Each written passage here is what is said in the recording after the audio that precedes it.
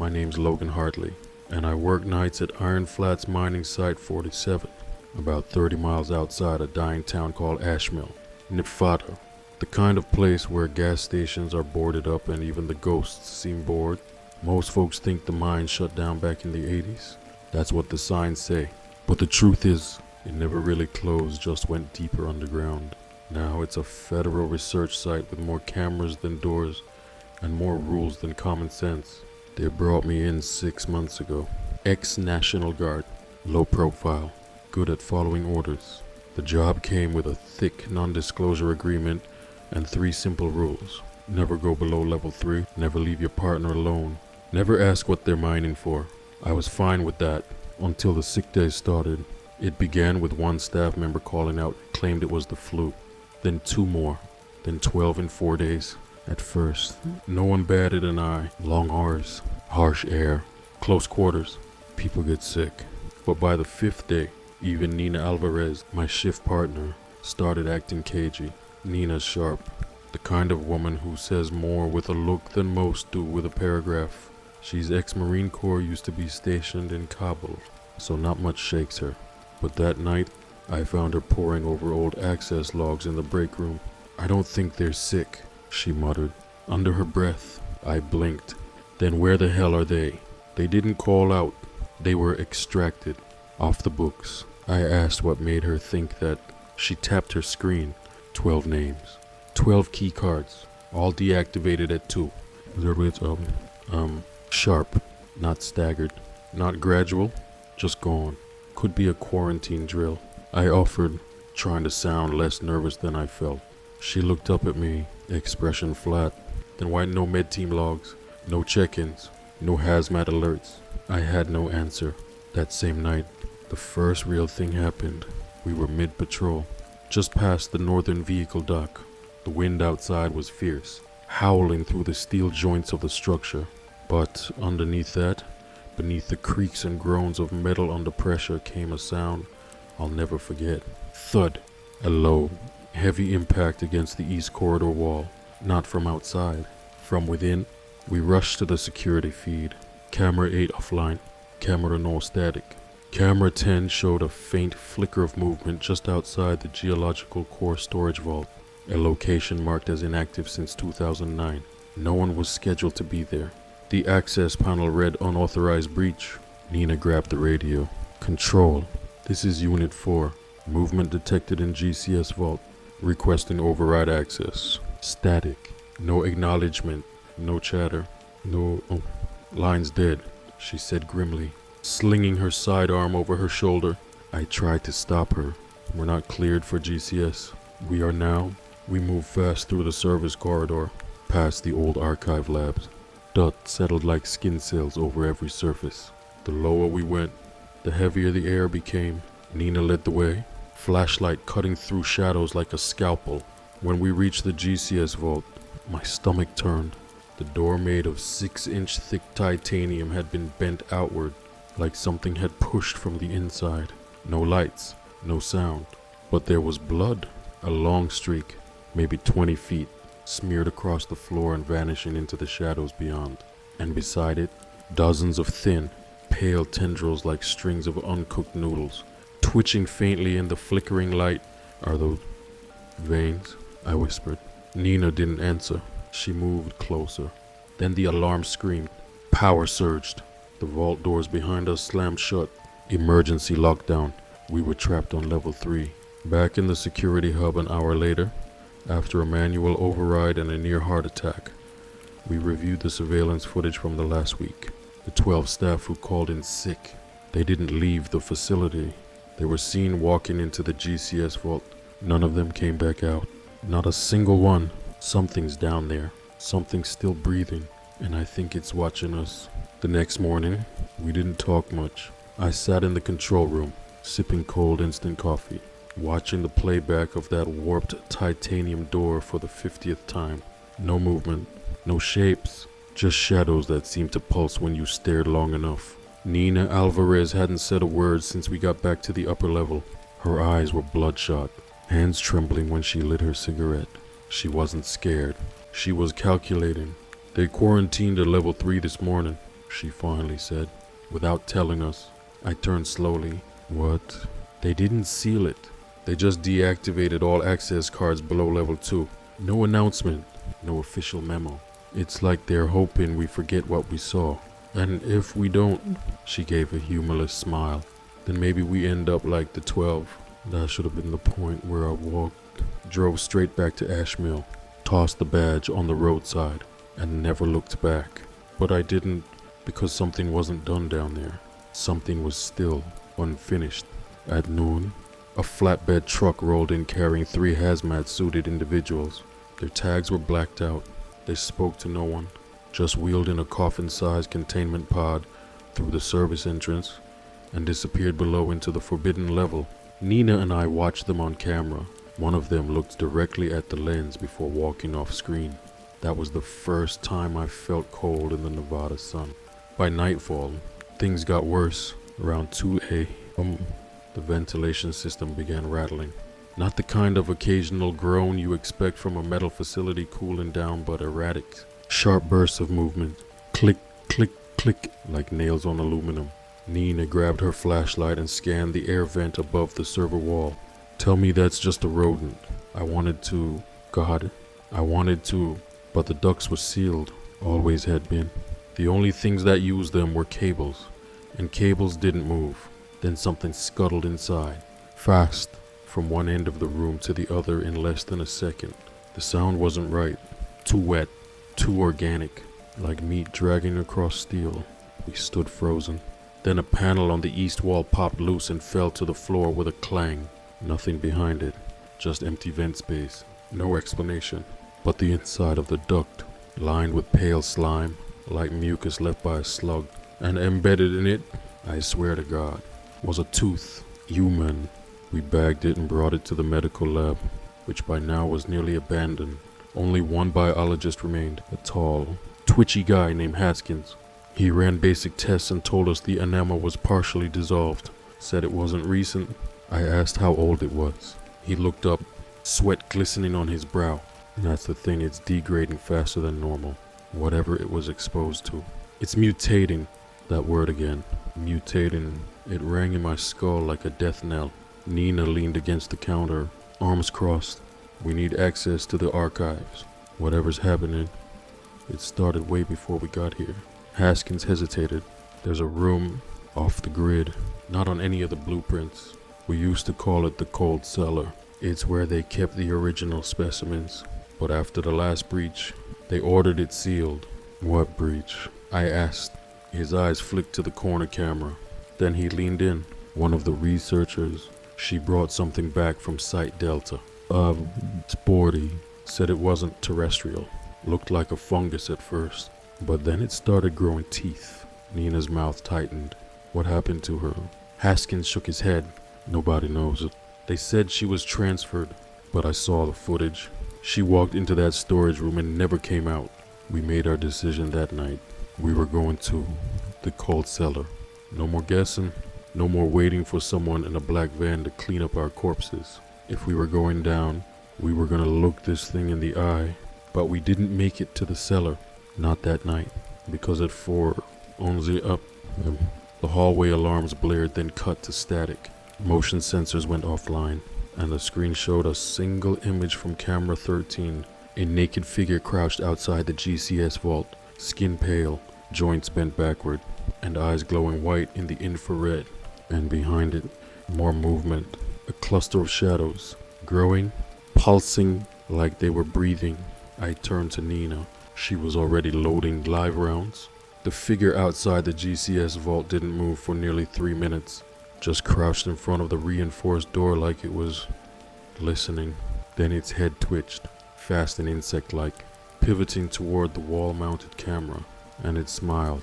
I didn't know something that pale could even have lips, but they peeled back, revealing rows of needle-like teeth that didn't belong in any human mouth.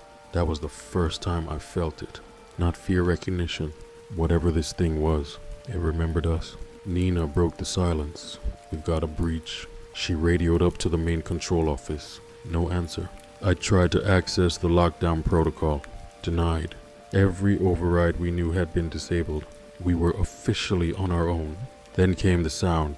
It started low, like a bass hum through the walls. Then it built rising, vibrating through our teeth, until lights began to flicker, and the entire North Corridor camera bank went black. Motion sensors detected movement, 12 signatures approaching. Same number as the sick days. We barricaded ourselves inside the East monitoring room. It had metal doors, backup power, and a direct view of the outer corridor. But the monitors, they didn't show people. They showed shapes. Human-shaped, yes, but elongated, too tall, limbs slightly disjointed. Like puppet strings were being pulled too tight, and moving among them tiny slithering things, barely larger than rats, crawling behind necks, under shirts, sometimes darting out of ears. Parasites. You ever wonder why this place has a morgue if there's no medical wing? Nina said suddenly. I turned to her. She was pale, sweating. Her hand was trembling on the gun. You okay? She ignored the question. It was never about security. It was about containment. Always was. The camera at the far end of the corridor lit up again just long enough to capture one of the figures crawling across the ceiling. Nina cursed under her breath. We need to move. We bolted towards Sublevel 1, an old maintenance tunnel that hadn't been used since the 90s. According to the blueprints, it connected to the cold cellar, though unofficially, it had been decommissioned. The air was different down there. Thick, humid, like breathing through wet gauze. And it smelled a sweet, rotten odor that clung to your skin like syrup and made your eyes sting. Not quite death, not quite mold. Something alien. We descended in silence, flashlights sweeping. At the far end of the tunnel, the cold cellar door stood ajar, bent inward, like something had clawed its way in, not out. Inside, the room was colder than expected. Ice crystals shimmered on the walls. Rows of storage tanks lined the sides, each marked with a 6-digit code and an old Department of Energy seal. But they were empty, all of them. Whatever they once held was gone. Nina moved to the terminal in the corner. Old CRT monitor, green text blinking. She tapped a few keys. A file popped up. Progenitor logveon. I read over her shoulder. Specimen origin. Site Delta recovery date. March 3rd, 1998. Structure. Fungal vertebrae hybrid. Transmission vectors. Airborne spore, saliva, neuroinvasive larvae. Behavioral trait. Adaptive mimicry host memory retention. NOTI. All recovered entities share common response to environmental triggers, light, movement, and vocal recognition. Additional note. Specimens exhibit coordinated behavior when bonded to hive core. Hive core. What's a hive core? I asked. Nina didn't get the chance to answer, because from behind the tanks, something moved. We turned. The thing that emerged wasn't like the others. It was larger, bulkier, its ribcage protruding like armor, its limbs reinforced with bone growth. Pale tubes slithered across its chest like second skin, and its eyes, not white, but human. Nina. It croaked. She froze. I raised my weapon. It took a step forward. Nina helped me. Its voice was perfect. Her father's voice. The tone. The pitch. Every syllable. And Nina. She lowered her gun. Nina? No. Too late. The thing lunged. The thing that lunged out of the shadows wasn't her father. But Nina hesitated, and that was all it needed. It hit her like a freight train, sending her crashing into the steel wall. Her flashlight flew from her hand, clattering across the concrete floor and spinning wildly, casting chaotic light across the room. I didn't have time to think. I fired. 3 rounds slammed into its chest, then 1 into its head. It twitched and screamed. Not a howl, not even animalistic. It was a chorus like hundreds of tiny voices all shrieking at once, layered beneath her father's voice. Glitching like a corrupted audio file, the creature collapsed in a wet pile, its limbs spasming, eyes still locked on Nina even in death. I ran to her. She was conscious, but just barely. Her breathing was erratic, chest rising in sharp bursts. "Logan!" she rasped. Blood trickled from her left ear. And worse, something was moving beneath the skin at her neck. Tiny, worm-like ripples. I froze. She grabbed my wrist with surprising strength. "You know what this means?" No. Don't say it. I felt it. It's inside. I can hear it whispering. Nina, you have to finish this. Whatever this is, whatever they woke up, it's not over. If I change, I pulled back, shaking. Don't ask me that. Her eyes were steady, even through the pain. If I change, don't let me live. We found a stasis pod in the far corner of the cold cellar, just big enough for one person. Manual lock, reinforced as steel, originally designed for specimen transport. She climbed in without protest. I sealed it, locked the manual override, and turned off the monitor feed. I couldn't watch her face as the glass frosted over. It took me 10 minutes to stop shaking. Then I moved deeper. Beyond the cold cellar was a sub-tunnel labeled Lay B Violet, another off-record annex not listed in our security database. The walls were narrower here, covered in a pale, veined fungus, pulsating gently, almost like it was breathing with the facility. Every few feet, I passed what looked like discarded hazmat gear, torn, melted in places. At the end of the corridor was a large, reinforced door. The lock had been destroyed from the inside. I stepped through and found a massive observation chamber, glass walls. Inside, there was a single chair bolted to the center of the floor. Surrounding it were dozens of monitors, all pointed inward, all playing footage. I moved closer. Each monitor displayed different faces. Scientists, guards, engineers, people I'd seen around the facility. Some were crying, some were screaming, some just sat quietly and stared. Then I saw one screen displaying me. It was live, my face, right now, eyes wide, breathing fast. Behind me, the shadows moved. I spun. Nothing, just the hum of dying power, flickering lights, and a faint clicking from the air vents above. A terminal near the chair still had power. I pulled the last active file. Project Epimorph Executive Summary. The recovered organism from the Nevada impact site displays unique traits of neuromorphic mimicry, viral telepathy, and cellular reformation. Attempts to neutralize have failed. It thrives in isolation. It spreads in contact. It learns with proximity. It does not think like us. It does not care to. The organism is not a parasite. It is a god in larval form. Dr. Marcus Velt, lead biogeneticist. There was more. Dozens of encrypted files. Project code names. Echo Womb. Silence Doctrine. Harvest Stage 1. And one labeled Incubation Timeline. Continental Risk Map. I opened it. What I saw made me fall backward. The organism's spread wasn't accidental. It was designed. Release points. Cities. Dates.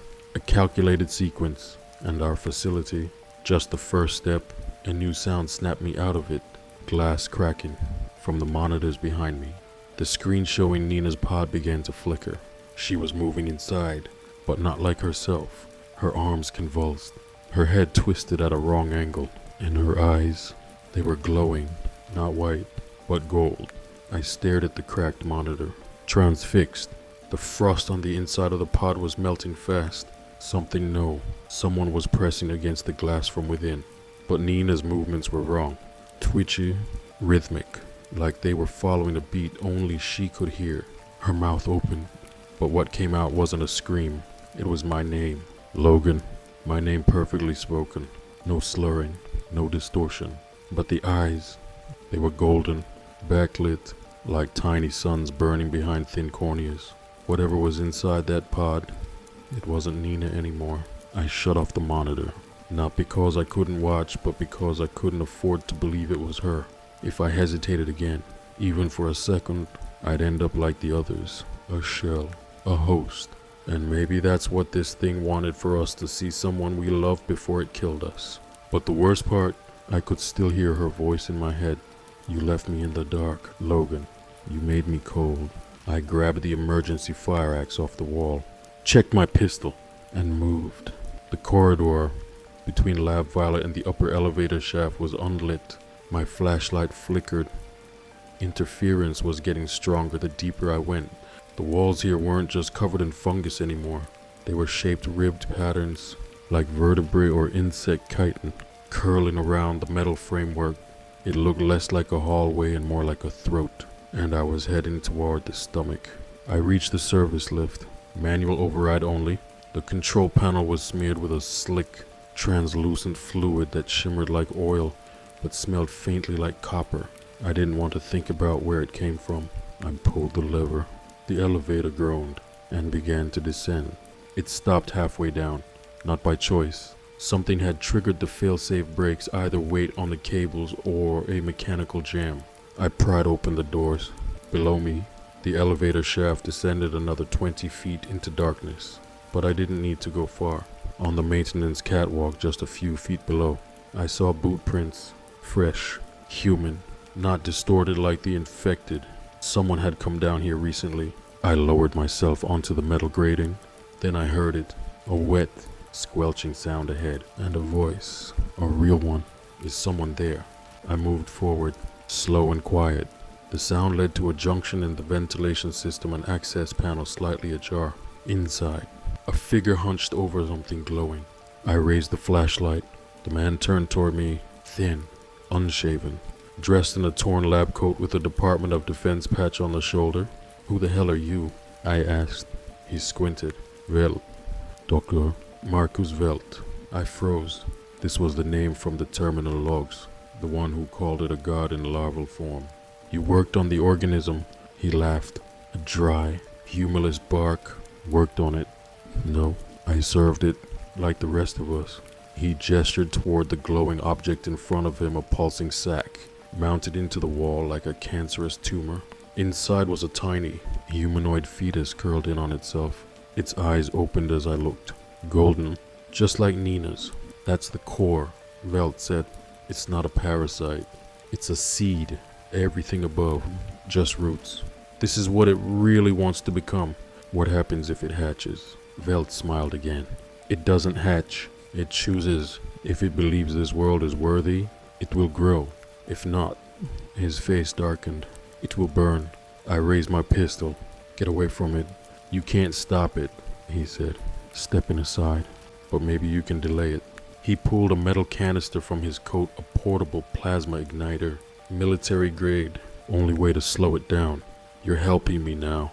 He looked at me, dead in the eyes. No, I'm just tired of hearing it breathe. He handed me the canister, then walked past me, toward the elevator shaft. Where are you going? I called after him.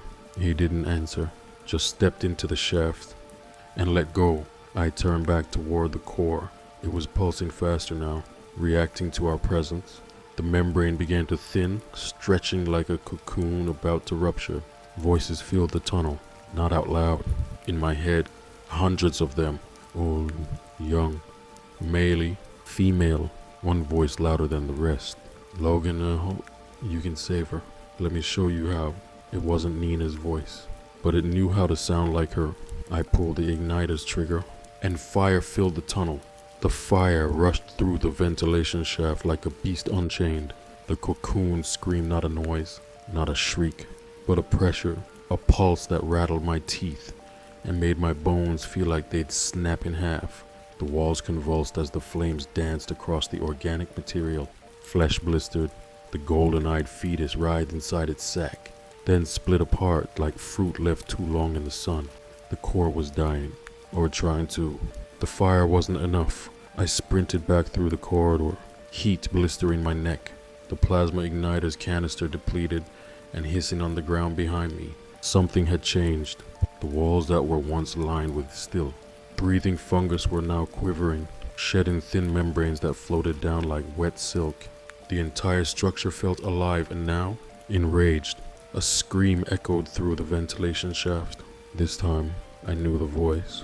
Nina. I skidded to a stop. Not the pod. She was behind me. I turned.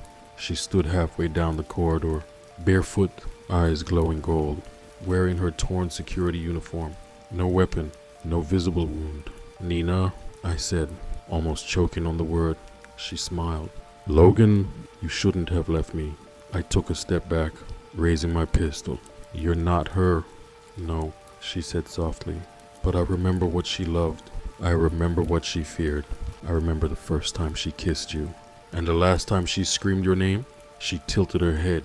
Would you like her back? I didn't answer, because I saw the veins in her neck shift. Something inside her was watching me. She lunged.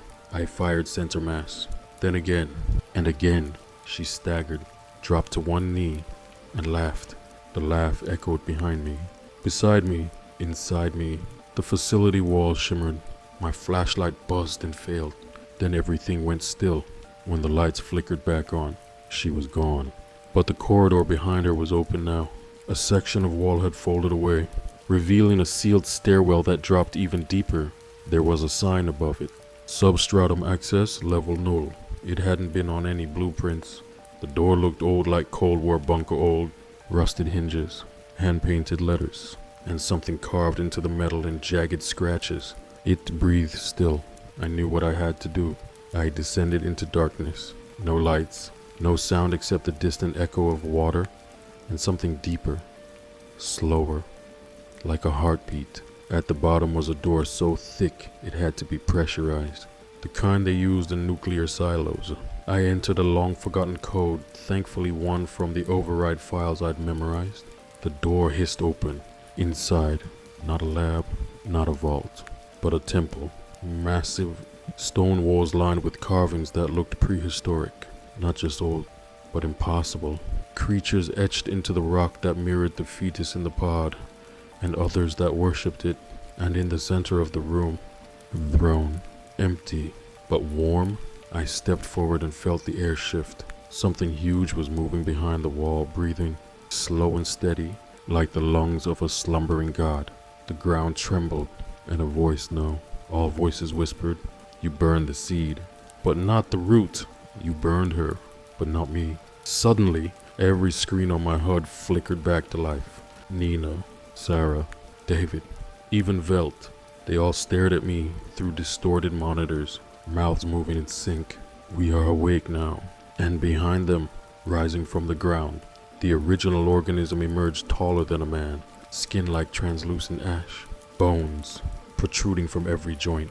Its head was a smooth dome, featureless except for the eye sockets and those same burning golden lights. It stepped toward the glass, didn't break it, didn't need to. I felt it inside me. "You are the final host, Logan Hartley. You came to contain us, but you brought fire, and with fire, you opened the way. I should have turned back. I should have sealed that damn door and left whatever was breathing down here to rot in its stone crypt. But I didn't. I stepped closer. The creature, the root, didn't charge or snarl or raise claws like the others. It simply stood, studying me. Its golden eyes didn't flicker or blink. They just shimmered like twin suns. I felt heat rising in the back of my skull, a soft warmth, like a fever or a hand placed gently on my thoughts. "You are fractured," the voices said. "Painful, imperfect, but open." It knew. It could see everything. The pills in my glove box, the trembling hands when Nina wasn't looking, my discharge papers, signed under psychological instability. Every memory I'd buried laid bare for this thing like a resume. "You broke yourself," it whispered, "so you could be filled." I raised my pistol with shaking hands. "You're not filling me with anything." The creature tilted its head, not mocking, just curious, like I was a tool it didn't quite know how to use. "Host," it said. "Final, full." The word final echoed long after it stopped speaking. I fired. The bullet hit the dome of its head and flattened, not like hitting bone, like hitting tempered glass. The root didn't move. Instead, the chamber walls trembled. All around me, the stone carvings began to bleed. Thick black ichor seeped from the mouths and eyes of the etched worshippers, and their outlines twisted, changing shape. Not worshippers anymore, just hosts. Then I heard something worse than its voice. Footsteps. I turned back toward the stairwell just as a figure stumbled down, dragging a limp leg, soaked in sweat and dust. "Caleb." He looked up and smiled. "Hey, bro, you didn't come home." My brother's eyes were still brown, still human, but everything else about him was wrong, like he was wearing Caleb's skin too loose. He took another step, and I saw it. Something pulsing under his shirt, moving. "They let me in," he said. Didn't even fight. I backed away. I couldn't do it again. Not here. Not like this. The creature, the root, was watching us like a scientist observing a lab rat, waiting to see which sibling would survive. Caleb pulled something from his jacket. Not a weapon, his old guitar pick, the one we buried with Dad. He held it out. You remember? I nodded. Yeah, you used to say it made you feel invincible. Still does. He grinned. Then he lunged. This time, I didn't miss. One shot to the leg, another to the shoulder. Caleb dropped hard, gasping but didn't scream. The thing inside him did. A high-pitched screech burst from his throat, echoing through the chamber like a modium dial tone being fed through a nightmare. The root stepped back, not in fear. In recognition, I was resisting, and it wasn't used to resistance. Burnt and broken, it whispered, but unclaimed. It reached out a hand. Then I heard a sound that stopped all of us. The elevator. Someone else was coming down, but who the hell could be left? The chamber lights flared red, an alarm I hadn't heard before. On the far wall, a console lit up with the words, "Containment override, manual detonation enabled," and beneath it, authorization. Well, the dead doctor had set a trapper, a dead man's switch. If the core was breached, if the root made contact, it would all go up. A countdown began. 40. Caleb groaned behind me. The root turned its gaze toward the console, and for the first time, it stepped back. It was afraid. I ran to the panel, slammed my palm on the override. 14, 57, 14, 56. A screen popped up. Confirmed thermite purge, levels null to 5. Any? I hovered over the button. You do not understand what you kill, the creature said. You're right, I replied. I just know it shouldn't breathe. I hit Y. The chamber shuddered. Explosive bolts disengaged around the floor. Vents opened above me. Plasma igniters primed and hissing. The root opened its arms wide, then let us burn together. It stepped toward me. Caleb crawled toward the stairwell, and I drew my last bullet. The bullet wasn't meant to kill. It couldn't, not something like that, but it could slow it down. I aimed for the creature's knee, if that's what it was, pulled the trigger, and ran. The gun kicked like a mule, and the shot cracked through the chamber like lightning. The creature staggered. For a second, I thought the world tilted with it. The plasma igniters above us hissed louder. 30. No one. True. There are 3. The countdown marched on. Behind me, Caleb was still crawling, blood smearing the floor. He didn't look at me. He didn't cry. He just dragged himself forward toward the stairs, toward whatever instinct told him to get out, or maybe to spread. I grabbed him by the collar.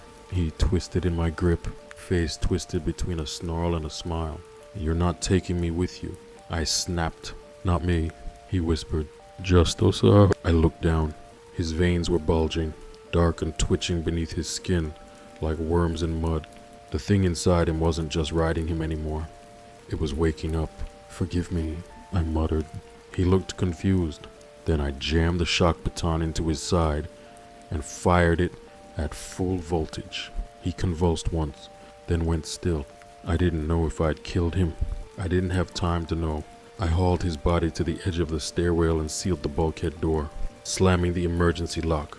The panel blinked once, then read, "Level sealed. Manual override required." I prayed no one up there would be stupid enough to come back down, because it was too late for all of us. 12. The chamber's temperature began to rise. The throne cracked down the center with a sharp snap, and the stone beneath my feet grew soft mossy again. The bleeding carvings pulsed and glowed. The root stepped forward. Its body shimmered. It was changing, taking on something new, something it must have stolen from me in our brief contact. I saw its chest grow broader, its frame more human. I saw my own face beginning to form beneath the translucent skin. Not perfectly, but close enough. We remember now. It said, in my voice, "We can become what you are." I shook my head. I don't even know what I am. Empty, it replied, fractured, a shape that begs to be filled. So let us fill it. The plasma vents hissed louder. The lights in the ceiling turned red. Night. It lunged, but I was faster this time. I ducked under its reach and ran toward the final switch on the far wall, the fail-safe, the one with the skull and crossbones etched beneath glass. I smashed the cover. slammed the switch down, and the chamber floor began to open. Not collapse, split. The walls parted, and beneath the throne, there was a pit, a black, churning spiral of meat and motion and breathing and screaming voices of every infected, every memory, every parasite, all coiling like a hive mind made from hunger and rot. The root roared. I jumped backward, away from the edge. Sit, forlido. A voice crackled in my earpiece. I'd forgotten it was even there. This is Falcon 1, said a calm voice. We've received emergency beacon Bravo 9. Status request. My hand shot to the mic. Facility is compromised. I repeat, compromised. Initiating terminal purge. Parasite intelligence has breached cognitive containment. Send drone strike. Burn it all. Silence. Then, copy that. Strike authorization approved. ETA 5 minutes. Get out if you can. I laughed. Couldn't help it. The one time they actually listened, and it was already too late. I turned to face the root. It no longer looked like me. It looked like all of us. Twisting, mutating, faces flashing across its skin, Nina. Caleb, even my mother, all of them smiling. You are the last, it said. I nodded. And I'll be the one who kills you.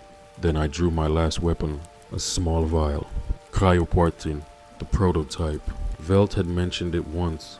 An experimental freeze compound that shattered cell walls on contact. I threw it into the pit. The temperature plunged. The chamber groaned. The root screamed an actual scream this time. Not through speakers or wires or parasites, but from its own lungs. It collapsed to its knees. The pit began to freeze over. Black flesh turned pale, brittle, crystalline. I ran for the stairwell door, yanked it open with the override handle just as, boom, the floor ruptured. Fire surged up the pit like a geyser. I climbed. 2 steps, 3, a dozen. Behind me, the world was ending. I don't remember climbing.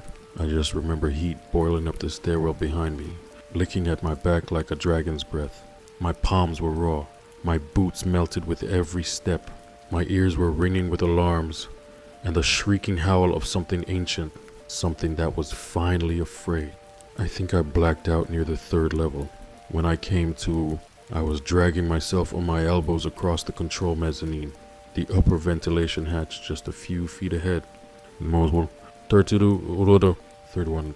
The purge had reached its final countdown. I threw myself at the hatch and pushed. It didn't budge. Manual override. I croaked. Come on. My fingers found the wheel lock. Turned. It screeched like it hadn't moved in years. I kicked with everything I had left, and the hatch door slammed open right as the blast wave roared up the shaft behind me. It threw me out of the opening and into the sand.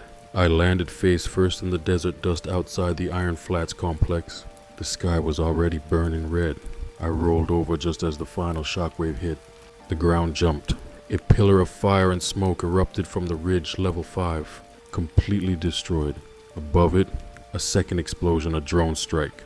2 Hellfire missiles slammed into the facility, one after the other, as if to make sure nothing could crawl its way back out. For a moment, I thought the earth would open and swallow me whole, but it didn't. The world went silent, too silent. Even the desert winds had stopped. I woke up 3 days later in a mobile trauma unit stationed on the outskirts of Ashmill, the nearest town. They said a containment leak had triggered a safety response. Radiation alarms? Biohazard breach? Nothing I said got recorded. Nothing I asked was answered. My skin was burned. My ribs cracked. I couldn't hear out of my left ear, but I was alive. They ran test blood, saliva, even spinal fluid. I knew what they were looking for. They were trying to see if the root had left a mark. They didn't find anything, or they didn't tell me. 2 days later, I was discharged and handed a non-disclosure agreement the size of a novel. A man in a black suit handed me a check with 6 zeros, smiled, and said, "Thank you for your service, Mr. Hartley." And just like that, it was over, at least for them. I moved into a cheap apartment outside Reno. No calls, no visits, just pills, nightmares, and the taste of ash that never left my mouth. Caleb's face haunted every room I entered. Sometimes I saw Nina, too, her expression twisted and melting, asking me why I didn't save her.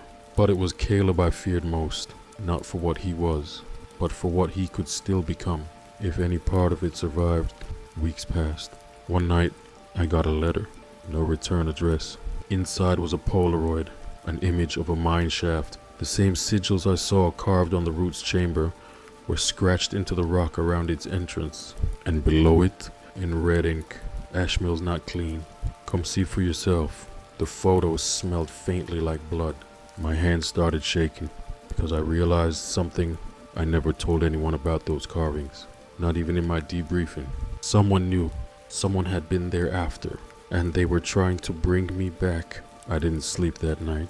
I stared at the photo for hours, trying to convince myself it was a prank, that someone hacked my files, tracked me down, dug up something I missed in my haze of trauma and sedation. But in the pit of my gut, I knew this was real. The carving, the blood-scented envelope, the handwriting, whoever sent it had been inside Iron Flats after the purge, which meant something survived. I burned the Polaroid in my sink. It didn't make me feel better. I spent the next week checking under my bed, locking my windows 3 times, keeping a 45 within reach, even in the shower. I took walks only in daylight, never in the woods. I started answering unknown numbers in case it was a warning, but it was always too quiet, until the call came from Caleb's burner. I hadn't touched his things since the government handed them back in a sterile box. Phone, wallet, watch, dog tags. The screen lit up and buzzed. Caller ID, unknown number, but the number matched Caleb's old phone. I answered. "Caleb," I whispered. There was a pause, then something crackled on the other end. Not speech, not exactly. It sounded like a low hum, like someone breathing through a throat full of wires. "It remembers you." Then the line went dead. I threw the phone across the room. It shattered on the floor. I picked it up anyway. The back casing was melted, like it had been sitting near extreme heat. The last call record showed a location ping, coordinates, somewhere just outside Ash Mill. I should have walked away, but I didn't. I packed 2 pistols, 3 days worth of rations, my uncle's journal from the first outbreak, and a handheld Geiger scanner. I left a note in my safe. "If I don't return by the 15th, destroy this hard drive. Logan Hartley." Then I hit the road. Ash Mill was a ghost town by the time I arrived. Literally, most of the houses were empty. The post office had been converted into a temporary FEMA station. A few locals lingered around, but none made eye contact. One man sat in front of a diner, rocking in silence, blood running from his ears. The sign said, "Do not enter biohazard zone, CDC code, Montevoradudusi," and yet no one was guarding it. No roadblocks, no helicopters, no soldiers, just wine, and the stench of something buried but breathing. I followed the coordinates to the edge of the ravine. The terrain dropped steeply into a narrow canyon, the kind old miners would have gutted in the early 1900s. There, half buried by rock in the desert scrub, was a mine shaft. Steel gates, sigils carved deep into stone, identical to those I saw in the parasite's throne chamber, but someone had cut them open.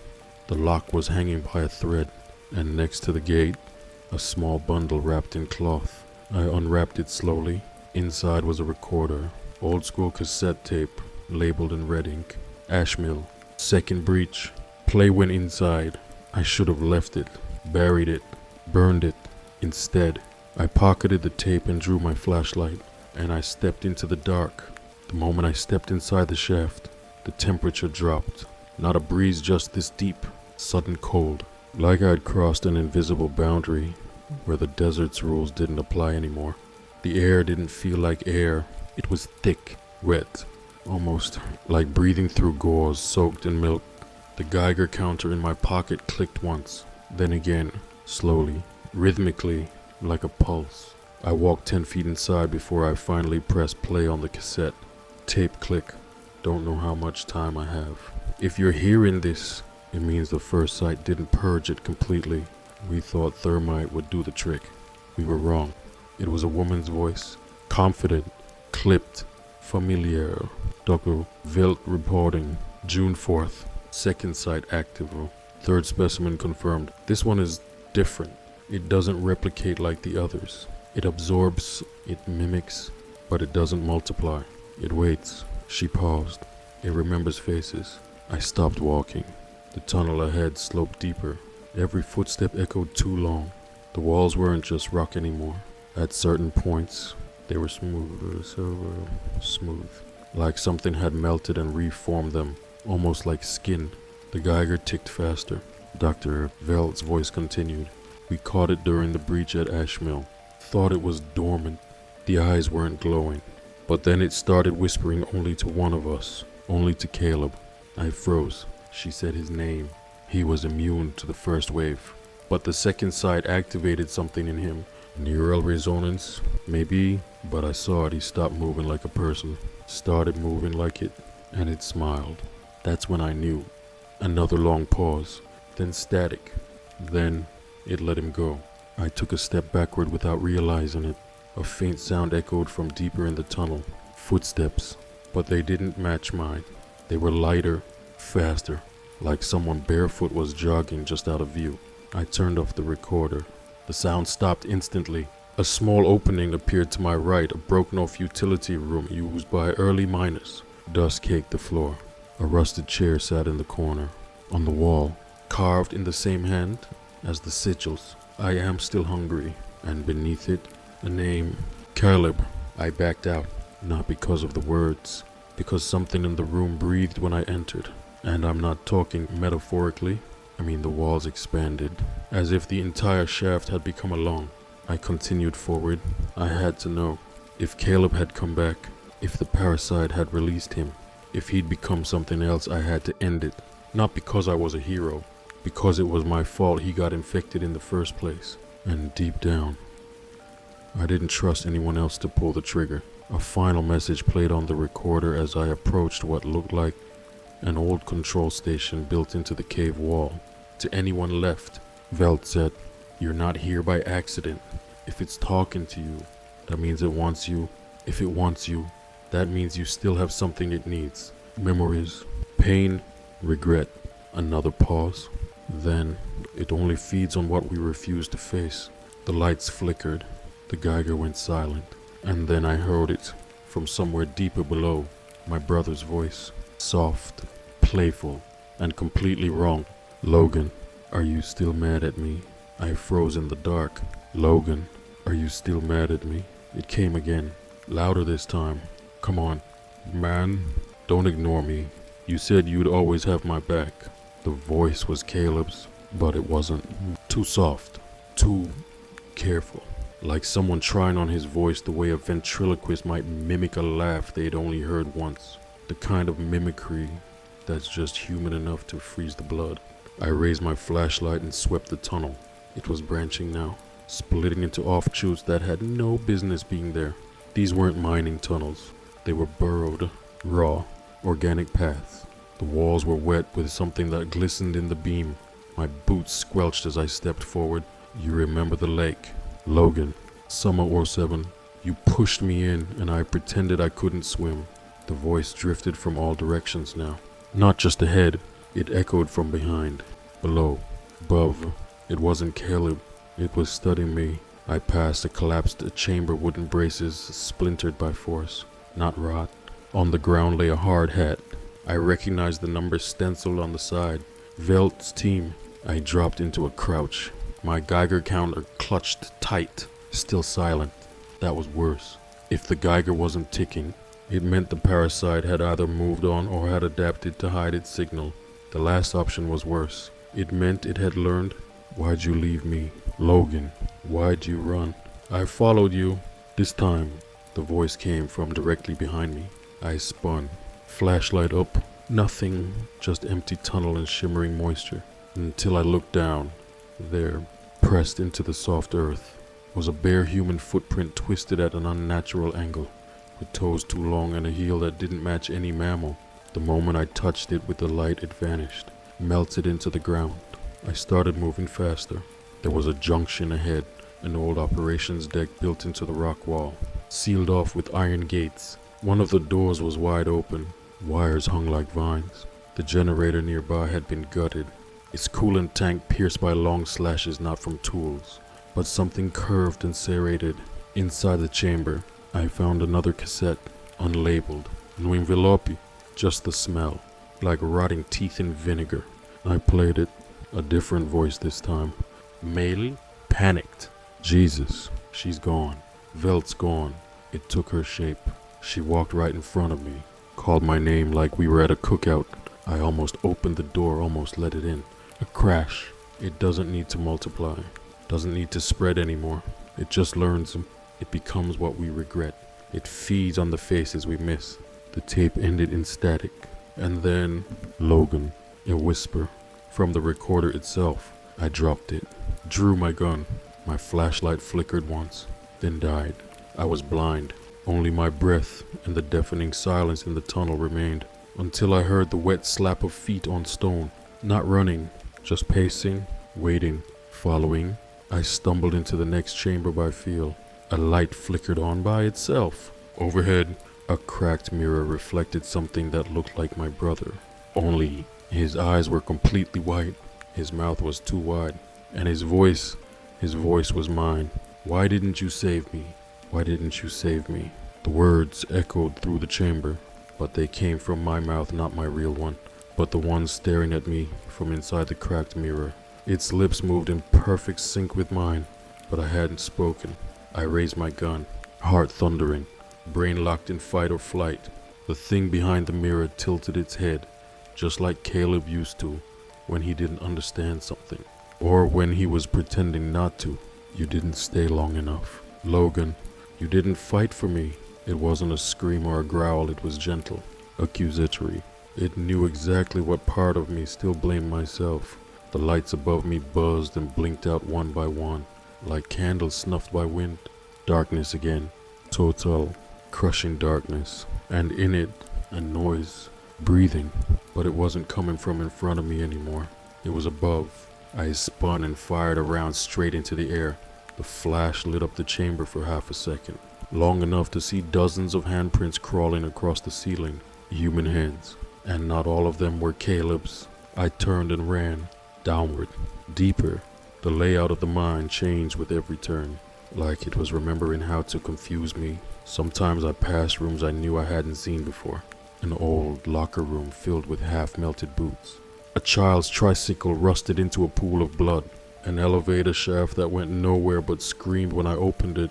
Other times, I looped past the same chamber twice, but the writing on the wall had changed. First time, I am still hungry. Second time, I've tasted you. Eventually, I collapsed in a tunnel with no ceiling, just stars above. They weren't stars. Each one blinked in rhythm. Eyes, dozens, hundreds of eyes in the black, watching me. And when I blinked, the stars blinked back. I reached the core of the mine at dawn, a chamber of stone and pulsing organic matter, as wide as a gymnasium. Sat at the bottom. In the center, suspended by hooked wires, was Caleb's body. Not dead, not alive. His chest moved like bellows, lungs operating out of sync, his mouth muttering something too fast to understand. I stepped forward, and for the first time, he looked at me. You should have stayed dead, he said, or the thing inside him did, because that wasn't my brother anymore. That was the parasite wearing the memory of him like a skin suit. I'm sorry, I whispered. He opened his arms, grotesquely wide. Then come here, and end it. I stood frozen at the edge of the chamber.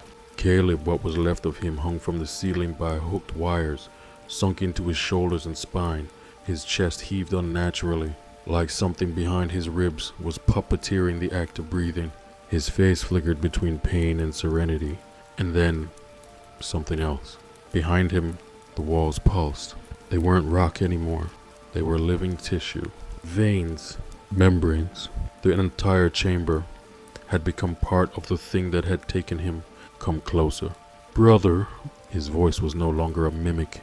It sounded like mine, perfectly, rhythmically, as if it had given up pretending to be Caleb and decided to become me. I took one step closer.